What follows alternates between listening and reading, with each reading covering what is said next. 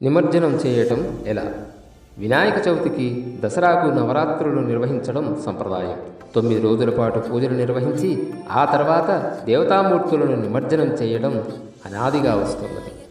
వినాయక చవితి నాడు కానీ 3, 5, 7, 9, 11వ రోజు కానీ నిమజ్జనం నిర్వహించాలి. అంటే బేసి సంఖ్య ఉన్న ఏ రోజైనా స్వామిని నిమజ్జనం చేయవచ్చు.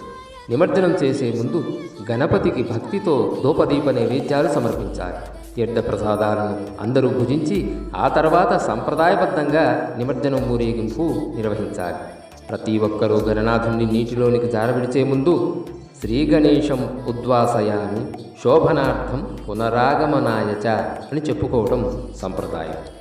అలాగే ప్రతి ఒక్కరూ ఈ నిమజ్జనాన్ని భక్తి శ్రద్ధ ముఖ్యంగా జాగ్రత్త వహిస్తూ నిర్వహించుకోవాలి.